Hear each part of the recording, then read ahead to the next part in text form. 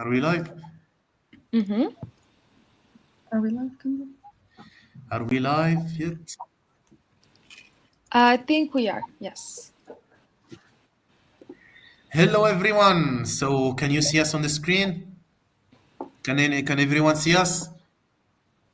Good afternoon, everyone, and thank you for joining us here today. My name is Yuns Kteni, and I will be your moderator today for this webinar or small panel on one of the most urgent topics of our digital age, deepfake and the crisis of trust in media.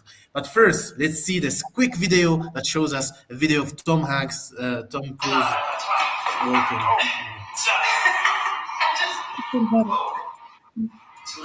Embarrassing, reminds me.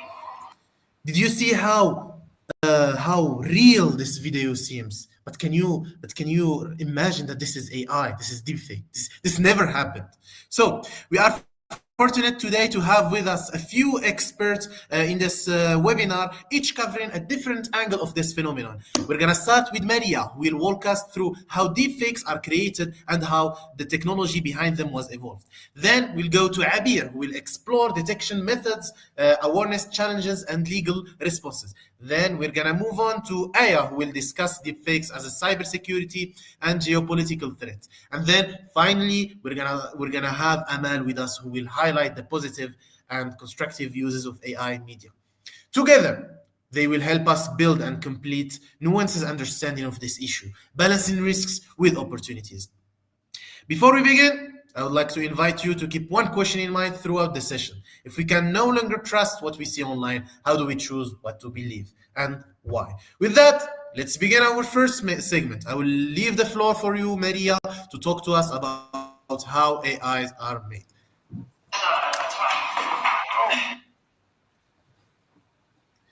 So, Yes. Aya, our former machine learning engineer at OpenAI Labs, can you please demonstrate to us how AI works? Yes. Good afternoon, everyone. In this section, we are moving beyond the fear of deepfakes and diving into the science of the threat. To truly understand the crisis of trust, we must understand the how, the inner working of the technology. We are going to explore the engine that drives this deception, a sophisticated competitive system of artificial intelligence. We will decode the dual AI system and see how it went from a complex lab experiment to a tool everyone can use. At the core of deepfake creation is a brilliant idea called generative adversarial networks, or GAN. Don't worry about the name. It just means that there are two AIs working against each other. It's an AI battle. Imagine a high-stakes competition between two specialized minds. The system isn't one AI working alone. It's a rivalry that pushes the technology to perfection. On one side, you have the generator, who will call the forger. On the other hand, we have the discriminator, who acts as the detective or the critic. Their goal is adversarial. The forger tries to fool the detective, and the detective tries to catch the forger. This constant back and forth is the key to deepfake realism. Now let's focus on the generator, our master forger. This is the first AI responsible for constructing the fake. Its job, pure creation and deception. To begin, it needs massive amounts of input data, thousands of real images, videos, and audio clips of the person it intends to clone. It meticulously scans this data, learning every facial contour, every speaking pattern, and every micro expression. Using these patterns, the forger generates the tempered image, video, or voice. If it's asked to put speaker's A's face into speaker's B's body, it tries to render that new synthetic reality. However, its first attempts are messy, blurry, and clearly fake. It needs help, which brings us to its opponent. Standing in the way of the forger is the discriminator, our expert detective. This AI has access to a true and authentic content. When the forger delivers its fake creation, the detective immediately starts its quality check. It compares the tempered content against the real content and looks for every possible flaw. Are the shadows inconsistent? Are the blinking rates unnatural? Is the voice clip cutting out awkwardly? The detective reports any difference or flaw, rejects the image as fake, and critically sends detailed feedbacks back to the generator. It tells the forger exactly what it fails, focusing to learn and try again. And this cycle of trial and error is what we call the refinement loop. This is the secret sauce that makes deepfakes so powerful. Step 1, the forger tries. And step 2, the detective catches the mistake and sends corrections. This entire loop happens millions of times per training session, continuously perfecting the output. The forger gets smarter at creating fakes, and the detective gets better at spotting flaws in an escalating arms race. The process stopped only when the generator's Mariam? content became... Sorry? I think we stopped hearing you. Can you? I'm sorry for. Okay. Can you please It's continue? okay. Yeah. So the process stops when the generator's content becomes so good that the discriminator, the machine specifically designed to find the deception, can no longer tell the difference. At this point, the deepfake is considered production ready. So now moving to the last slide. We address the speed of this evolution. Just a few years ago, creating a convincing deepfake was an elite activity. It requires thousands of dollars in server costs, days of rendering time, and an expert level understanding of coding. Today, that barrier has collapsed. The technology is now mainstream. Then it was difficult and expensive. Now it is available in simple, cheap, or even free mobile applications and online platforms. The democratization of deception is the real security crisis. What was once a tool of powerful actors is now accessible to almost everyone with a smartphone, increasing the volume and accessibility of potential deepfakes. Thank you, everyone. Wow, that's very interesting, Mariam. Thank you for Mariam. Thank you for sharing with us all of this information. It's very interesting how the detective works with the generator to generate all of these images. Well, it's scary a little bit. Imagine all of your faces together and combine and creating videos, and maybe there is a video of you doing something very bad or nasty going on around. It's very scary for me. So now we're gonna move on. We're gonna move on to how deepfakes are created. No, so we know now how deepfakes are created and how we can spot them. Yes. Now let's explore. Now let's explore how we can spot these deepfakes with Abir. Yes, thank you so much, Eunice. So, as Maria mentioned earlier, AI generated synthetic or deepfakes are basically synthetic media that manipulates or replace faces, voices, or action to appear real, making people say or do things that they never did. Okay? So, as you probably know, it is a real problem because deepfakes are eroding and weakening public trust in media, journalism, and generally speaking, in digital information. Okay. So, in this part of the webinar, we'll be focusing on three things. First one is how to detect a deepfake. Then the awareness. How can we detect deepfakes? How can we fight this problem? And the legal challenges while trying to raise awareness about deepfakes. So in the first part, we see that deepfakes have actually a technical battle. There is a technical battle between the deepfake creators and the deepfake exposers. So in 2023, the MIT Media Lab study found that over 90% of AI detection algorithm failed to spot advanced deepfakes after only 6 months due to rapid model evolution. So we see that there's a real conflict between those who generate deepfakes and those who try to identify, which is really hard nowadays with the advancement of technology.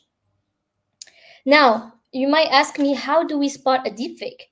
Well, it is quite simple. No, sorry, stay on the first slide. Yeah. How do we spot a deepfake? So you pay attention to facial movements, inconsistency, the lighting, if there's a mismatch in the face, because sometimes it's just photoshopped. And also you pay attention to lip synchronization. Okay, now we can move on to the awareness part.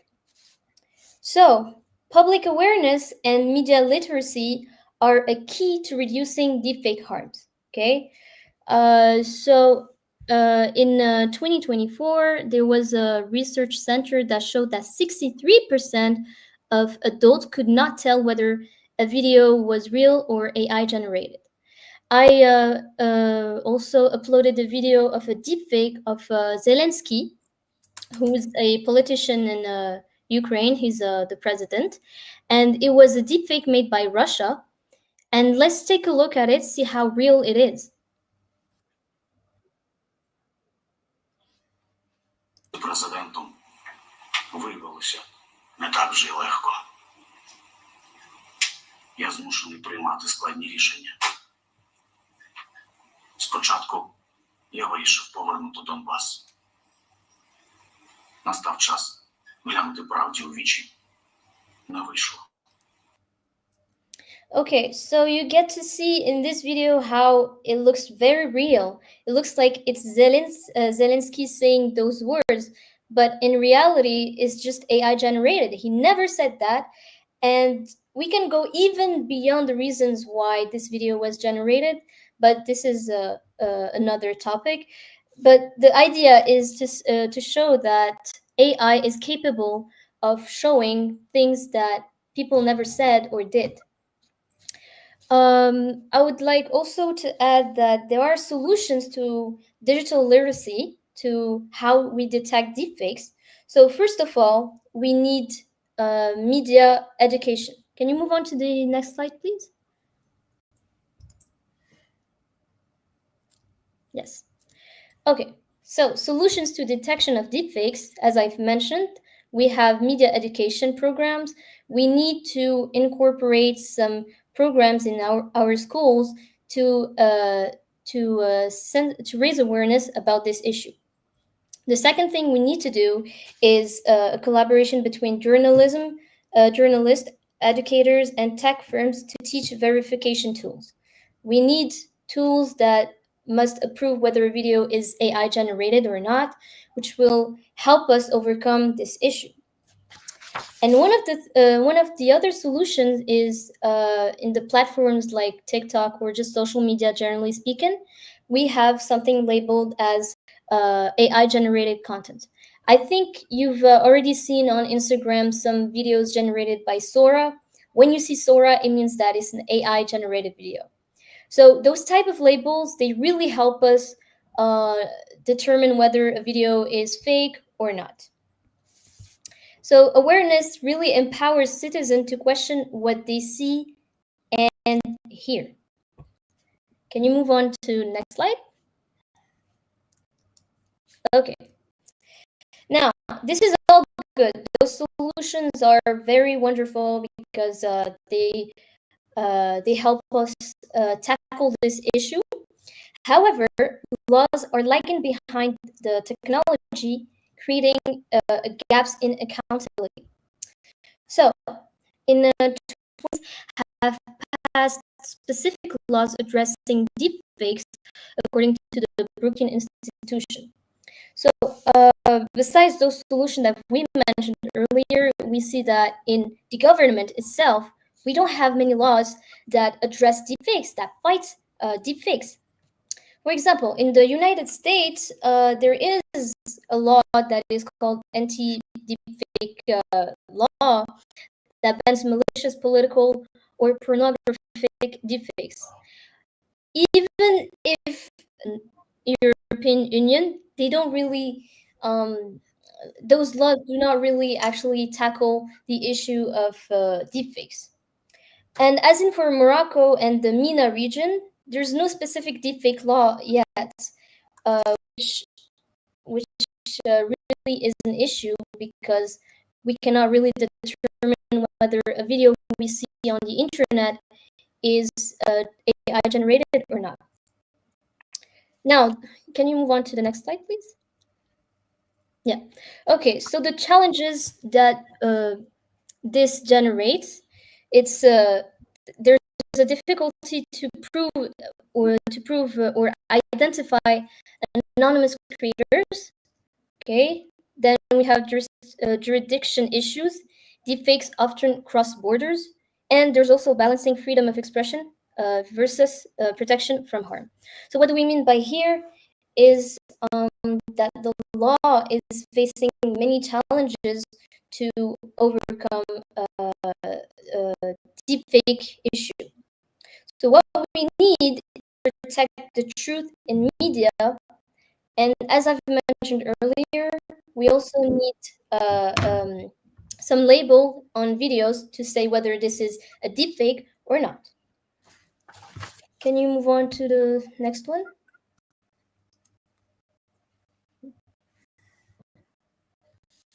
Okay. So in this part, what did we learn? We learned that deepfakes challenge the truth, the trust, entrance of education, and legal accountabilities must complement it. Okay, we need laws to support, to determine whether a video is AI generated or not, and we also need education. We need digital literacy in educational programs. Now, I would like to finish on a final thought, which is in a world where seeing is no longer believing, critical thinking becomes our strongest defense, which is really true in this modern context. Thank you very much, Abir. Now I'm pretty sure I can just see any AI video and then detect if this is fake or real just by what you generate in this content, this type of content, because most people cannot see now what is real, what is AI generated. It will confuse many people. So yeah, thank you very much for your input, and introduce to us how I'm sorry, I think my computer lagged, but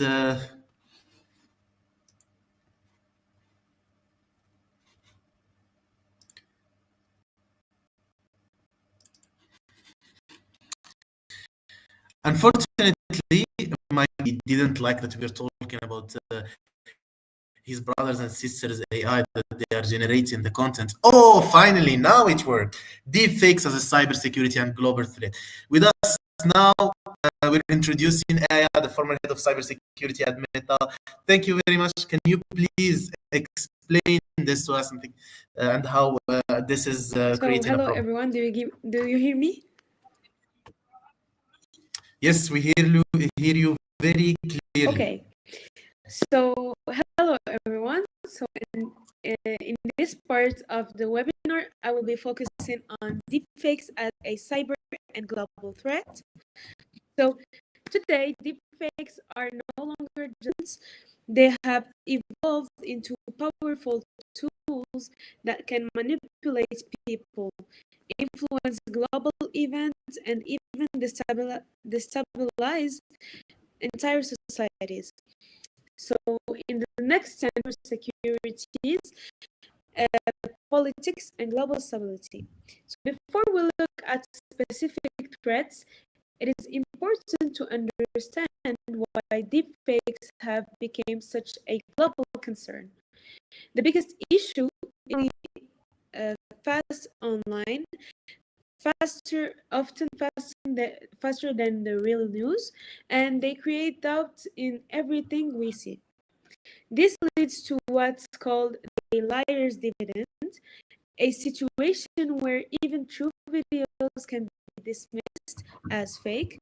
So we reach a point where you cannot trust what is real, and you also can't trust what is fake. That this collapse of trust is what makes deepfakes a worldwide problem. So moving on to the next slide, where we will talk about cybersecurity threats. So one of the strongest cyber threats caused by deepfakes is identity impersonations. So attackers can clone voices to pretend to be CEOs, generate fake video calls that look completely real. So imagine receiving a call from your manager, hearing their voice ask you to share a password, or seeing their face on a Zoom meeting, but in reality, it's not them. So it's an AI model. This type of attack is becoming extremely. Next slide, which is a case of a deepfake scam. So to give you an idea of how dangerous this is, here's a real case. In early 2024, a finance employee joined what looked like a normal Zoom meeting with his team. Everyone on the call looked familiar, their faces, voices, and behavior. On that call was an AI-generated deepfake. So he was convinced it was real and ended up transferring $25 million to the attackers. This just shows how deepfakes are already being weaponized for a large scale cybercrime. So deepfakes also target biometric systems. The tools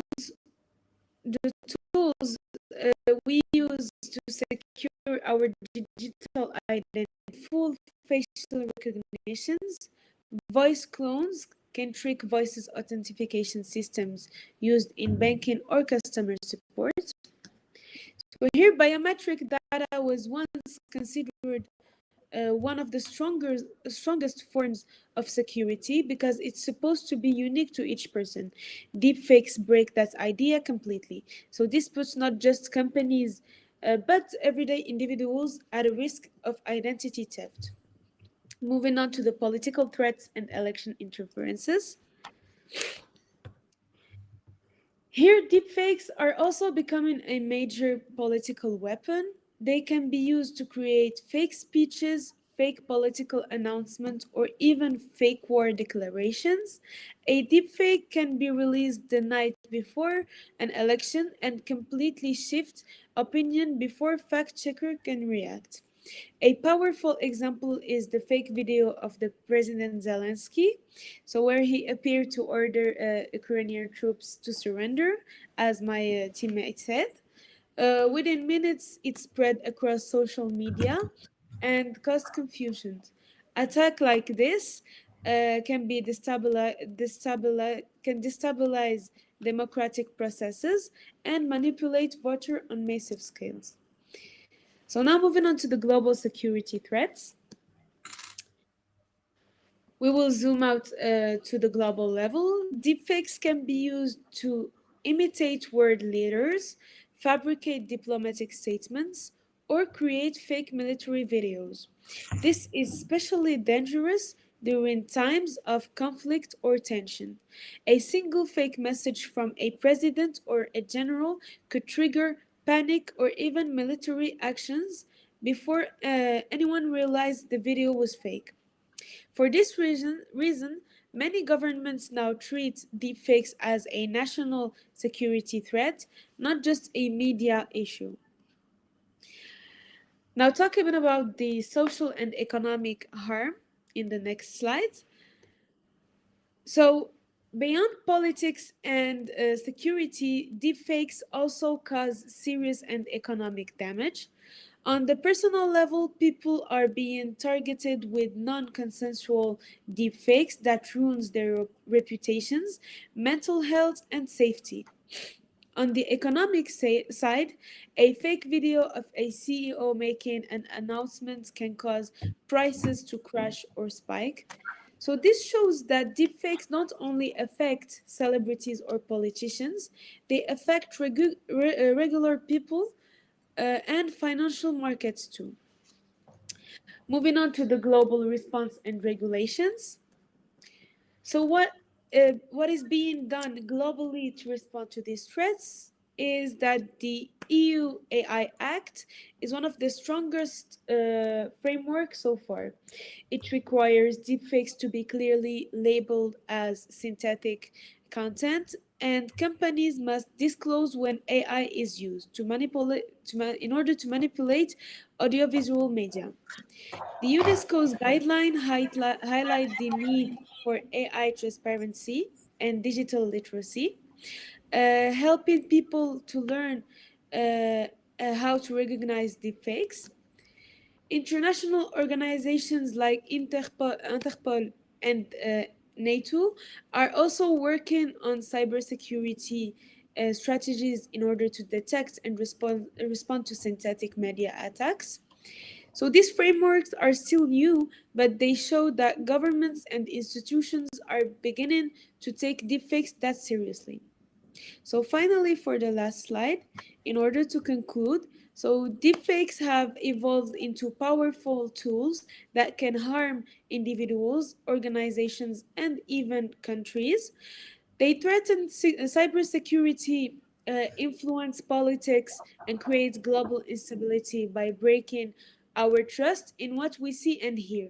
So, fighting this issue will require stronger laws, better detection tools, and more awareness from all of us. Thank you. Wow, this is very, very interesting. Thank you very much for sharing this with us, Aya. Does that mean that all my data that is online, my pictures, things I put online on Facebook, Instagram, and all those websites I share, the text messages I share with my friends, are they all used to train AIs and to train deepfakes to stuff? So yes, normally they are used for in order to people, in order to train the AI. They this help them to generate more information and to know how to behave, communicate, and respond with everybody. Wow, thank you very much. That's very scary for me. I don't want my data to be used by anybody else. I don't want it to be, I want to share what I want to share. I don't want anyone to see everything. So thank you very much for telling us this, Aya. And now we kept talking about deepfake and how bad they are and how messed up they are. So let's see now the good uses of AI and deepfakes with Amal, who's going to introduce this concept to us. Thank you very much, Amal, for being here with us, and the floor is yours. Of course. So, as Yun said, we've been talking about AI and deepfakes as kind of the worst thing technology has created in our modern world. But right now, unfortunately for me, but fortunately for AI and deepfakes, I will play the devil's advocate role. And I will tell you about some ways in which you can use AI and deepfakes without putting yourself in danger, without putting your ethics in danger, and also making your life easier. So we will start with the good uses of AI in the next slide. So there are a lot of good uses or good ways in which we can use AI, but for me, these four ones really, stole my attention, and also based on my experience, these four uses are the most common ones, starting with content creation. So as you know, AI has been heavily used when it comes to creating content. So not only does AI allow you to edit videos without the hard process of editing videos, but it also gives you access to smart filters and color corrections. Like, there are a lot of filters that we use every day and we don't know how they work, but we also don't realize that they are actually AI filters that we are using without knowing that they're AI. And then we also have a lot of AI tools that we can use for script writing assistance. So here we're mainly talking about ChatGPT, DeepSeek, and these simple AIs in which you are having a conversation with the AI and asking it to help you to write scripts for your social media page, for example. And then we have journalism support. So yes, as weird as it sounds, AI has reached journalism and journals. We mostly talk about AI when it comes to videos or pictures, but AI works when it comes to written media as well. AI can help you detect misinformation. Yes, obviously, AI can misinform you. It can be the source of misinformation, but when it is used in the right way, it can detect misinformation. It can summarize long texts and translate content quickly. So not only does it help you create written content, but it also help you through the process of being a receiver of this written content. For example, you have you want to read an article and it is way too long, or the words are way too complicated, or you just simply don't feel like reading the whole thing. Well, AI can be there to help you. Then we have accessibility. So there's automatic captioning. So I will tell you, I will give you an example very, very soon. But AI allows you to add subtitles to videos when you need subtitles and when the subtitles aren't put there manually. And it can also work as voiceover for visually impaired audiences, especially in when it comes to text and articles. You guys might have noticed there are some extensions like Chrome extension that will read the text for you. Yes, that's something that has existed long before AI became this advanced. However, if you notice now, these voiceovers have become more human, more intelligent. Their voices are really human, and they sound like they're actual people who are talking. But then it's AI, and this helps you, read anything that you are too lazy to read, or for visually impaired people who cannot read but want to get the information still. And then we also have real-time language subtitles. This we could see it in YouTube. So in YouTube, but here I'm just using it as an example. You have the option to have translated subtitles, especially when you're watching something in a language that is not yours. And then the last thing is personalization. So here, here again, we're mainly talking about ChatGPT and other conversation-based AI. You can ask AI to give you a recommendation, to help you choose something. What movie can I watch? What music can I listen to? And as scary as it sounds, especially based on what you guys said earlier, the more you speak to the AI, the more it knows about you, and you will notice that it probably knows you better than you know yourself, and will probably help you take the or choose the best options when it comes to media. And obviously, AI can improve user experience. This is something that all of us are experiencing now. So now we're gonna move on to a few examples that I have put for you guys. So one of the really, really amazing uses of AI are pictures enhancement, especially old pictures. So you guys, you probably have a picture of your parents, a very old picture, or a picture of your grandparents, and it's a physical picture. It's in white and black. It doesn't, it's not very clear because obviously the cameras at that time were not as good as the cameras today. And you just wish you could see the picture clearly. Well, AI got you covered because, for example, in this picture here, the picture on the left is a picture from 1934.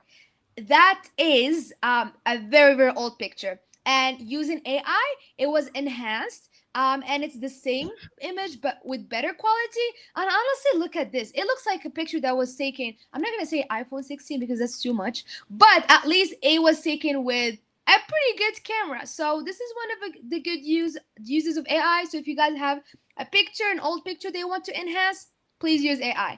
And now we're gonna move on to another example. And this example is the one I spoke to you about earlier, and it's the automatic captioning. So you guys probably use it every day, not realizing that it's actually AI. So we can start by talking about Instagram subtitles AI generator. So this function was only added a few months ago, but before that, Instagram Reels did not have automatic subtitles, but now they do. And personally, I find that really, really helpful because sometimes I don't know. I'm listening to an Irish person talking, and their English is not like the English I'm speaking, and I'm like, wait, do I really speak English? Because I know they speak English, but I can't understand them. So the subtitles are there to help me, and I'm sure that you guys use them all the time. Now on the right, we have the example of MS Teams transcription. So this is something that is a game changer, especially if you're a student.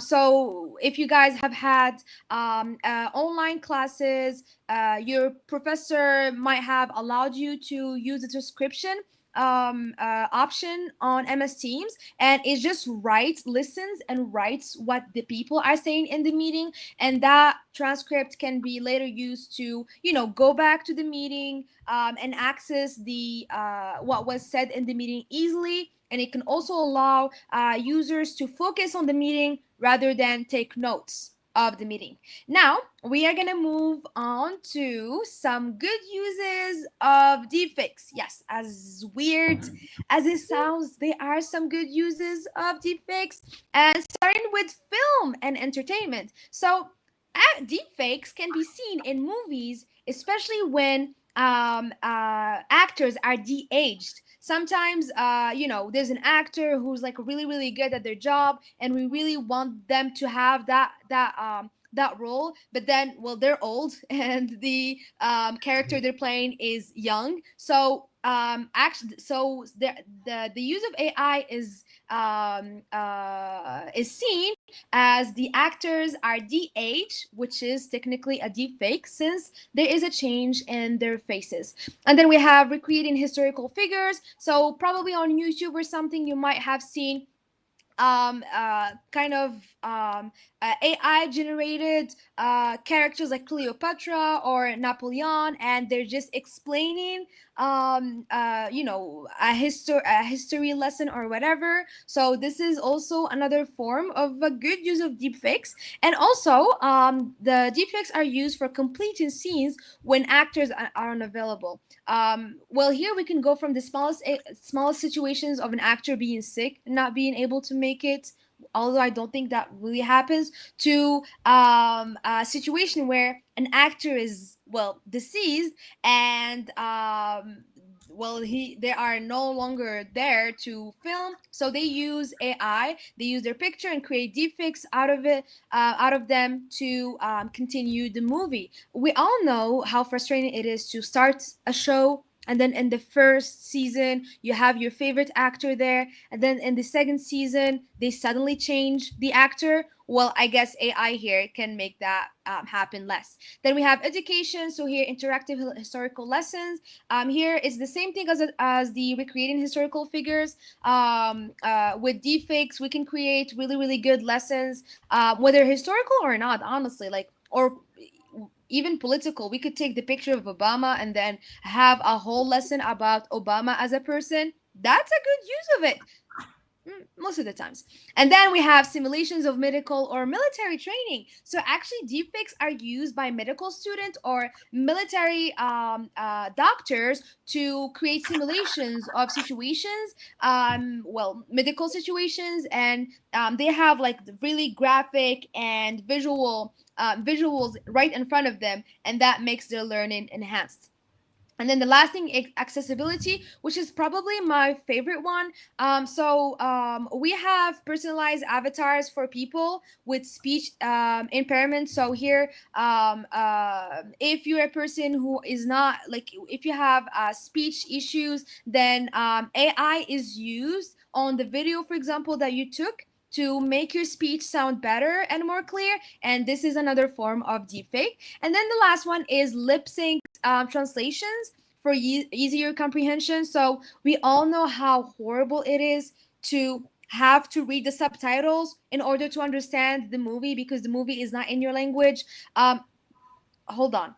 unless it's an anime, because animes are supposed to be watched in Japanese with subtitles.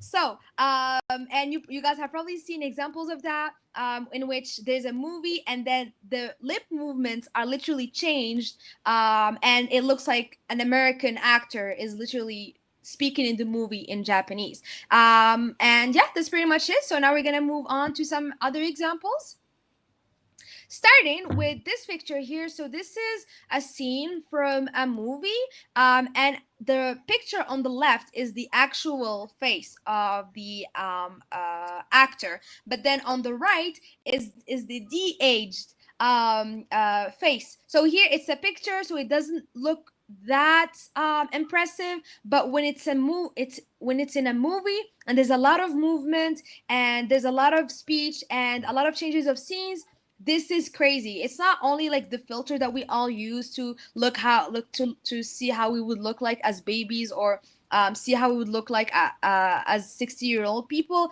but this is actual crazy stuff, because this is the same actor, but they look like they are in two completely different ages. And then we have another example right after.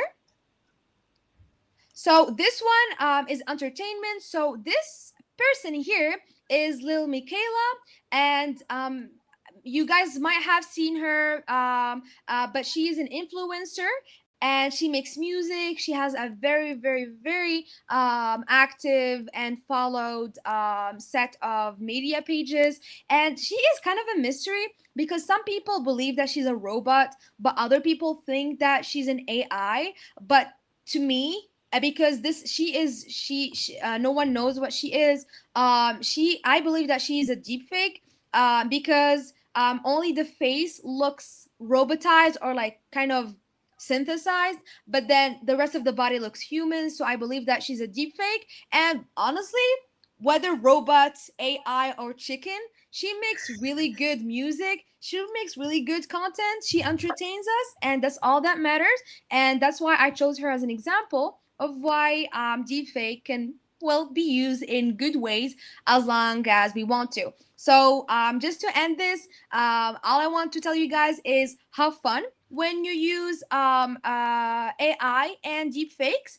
Be ethical and be careful as well. Thank you.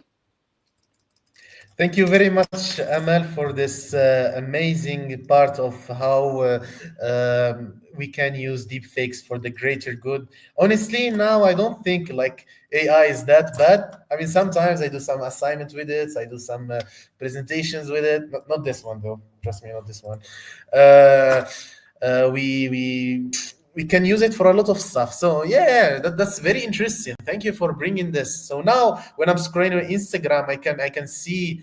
I know now that those videos that keeps like Minecraft parkour and then someone is speaking in the background, that was AI, right? It's AI. Amel, you're with us? You are talking about the videos where like there's a half is like a game, and then the other half Yeah, is a yeah, person yeah, talking. yeah, yeah, Yeah, yeah. if you're referring to the person talking, then yeah, most of them are AI, and the voices are also AI. But the videos of the games are often like actual, like just screen recordings of the games. But the voice Mhm. and the videos are most often AIs. Wow, it's amazing how people make money just using AI and using softwares and recordings of other people. Wow, that's great. Even That is the true. subtitles feature that you talked about earlier, it's amazing.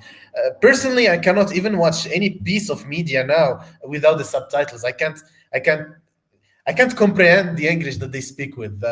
I don't know what's happening with me. Maybe I'm becoming too Gen Alpha, but I need the subtitles to watch anything. What about you guys? What do you think about this? Do you think AI Yes. is a good thing or a bad thing?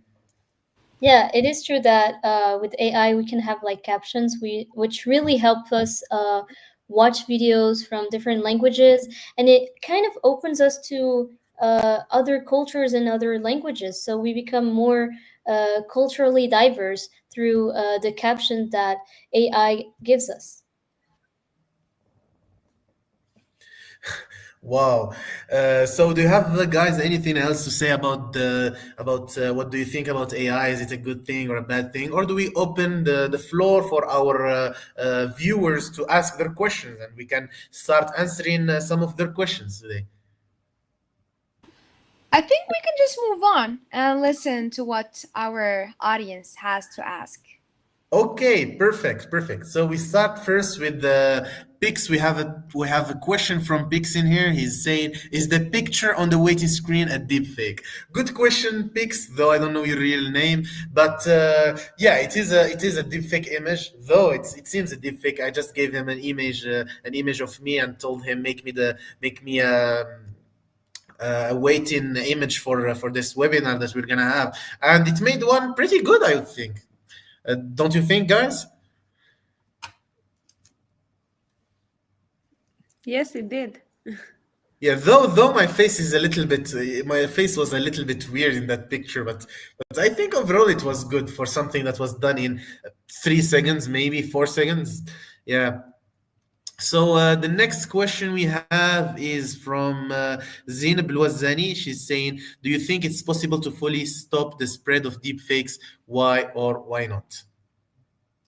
I can answer that since I was talking about legal challenges. So Yeah.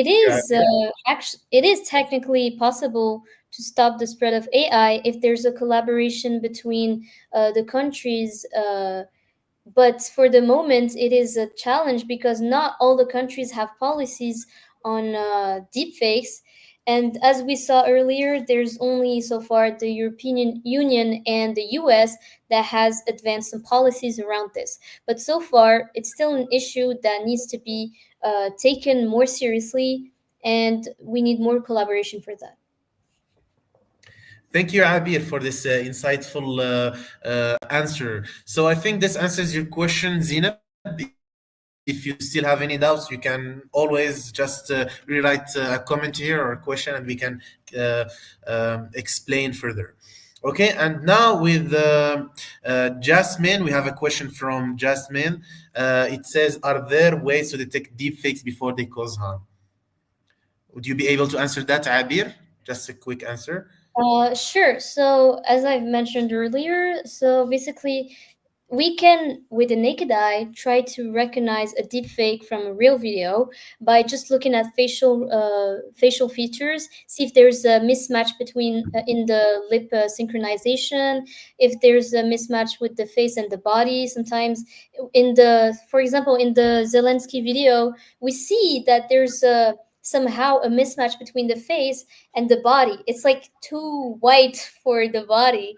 And there's also I mean, the voice is kind of hard to detect. However, sometimes eye contact as well can be something that you can pay attention to, to determine whether a video is deep fake or not. Thank you very much, Abir. Next up, we have a question from Hussam. He's saying, "Are there really good uses of AI and deepfake, or is it only a gray moral area?" Frankly, to me, it sounds only a relative matter of perspective. Ethical considerations are always in play. I think Amal already answered this question earlier, but you can add something to it, Amal, if you want. Honestly, it's like we're put in a world where we're gonna have deepfakes and AI anyways. So it's your choice. You cannot avoid them as much as we want to avoid using those things. We cannot do that. So the only choice you have is to try to use them as best as you can. So yes, there are good uses of AI as long as they, well, I mean, any use of AI has environmental consequences. So then that could be an argument to say that there is never a good use of AI. But we just try to do the best with what we have. Thank you very much, Amal. Next up, we have a question from Kinza. She's saying, "Is the parts of how deepfakes are built? You mentioned that technology is now mainstream. Could you explain why it is easier for an average person to create a deepfake today than it was 5 years ago?" Anybody cares to answer this question? Yes, I can answer this question. I talked Okay. about this in my slides. So Yes. basically, 5 years ago, if you wanted to make a deepfake, you had to personally train the generator and the discriminator AI system from scratch. That requires collecting the data, writing codes, and running the program for days or even weeks. But today, companies and open sources groups have created pre-trained models. These are like ready-made software packages that have already done 90% of the hard work. So you just download the app or go to the website, upload your source images, and the pre-trained AI handles the complex creation loop in some minutes. So in short, the deepfakes creation process has been packaged and automatized. The high barrier of entry, like coding and expensive hardware, was being replaced by simple, affordable, and cheap applications. Thank you very much, Maria. Now moving on to the next question from Army Bug. No, sorry, from Matt Knight. Is there any specific law that deepfakes fall under? Can it be considered an identity theft? So So I Okay. think Aya, we would be the perfect person to answer this question. yes. So your can you repeat which one of the question was? So is there any specific law? This The was That deepfake falls, yeah. falls under, yes. Can it be considered an identity theft? I think from your speech earlier, you talked about doing many laws, that the UN created some laws as well as the US and some stuff like that. yes. So there are ways to detect, but not specifically laws, but we have like tools. I'm sorry. Do you hear me? Yes, yes, we can hear you clearly, perfectly. Hello. Hello, hello, we can hear you perfectly. It's okay. I think we can take over the question if Aya has some issues. You hear me? Yes, I think maybe you can take over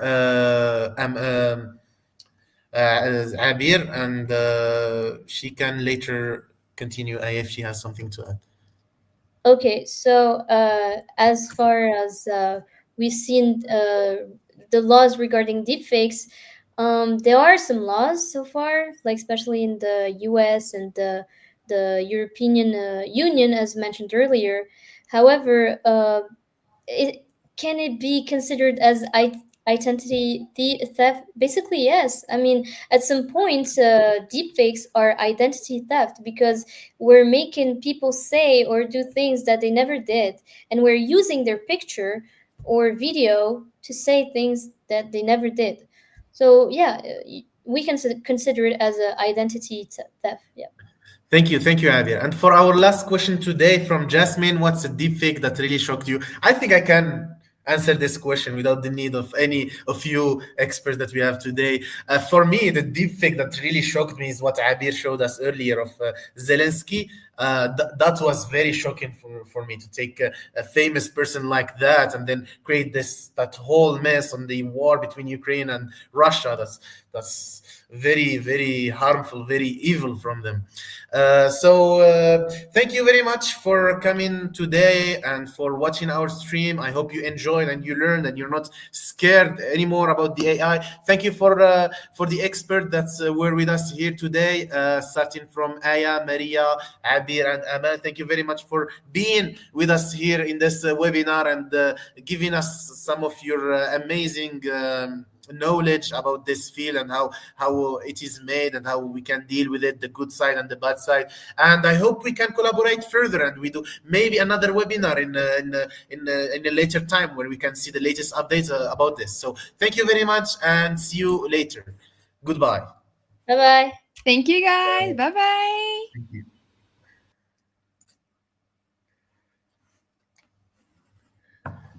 صافي سالينا.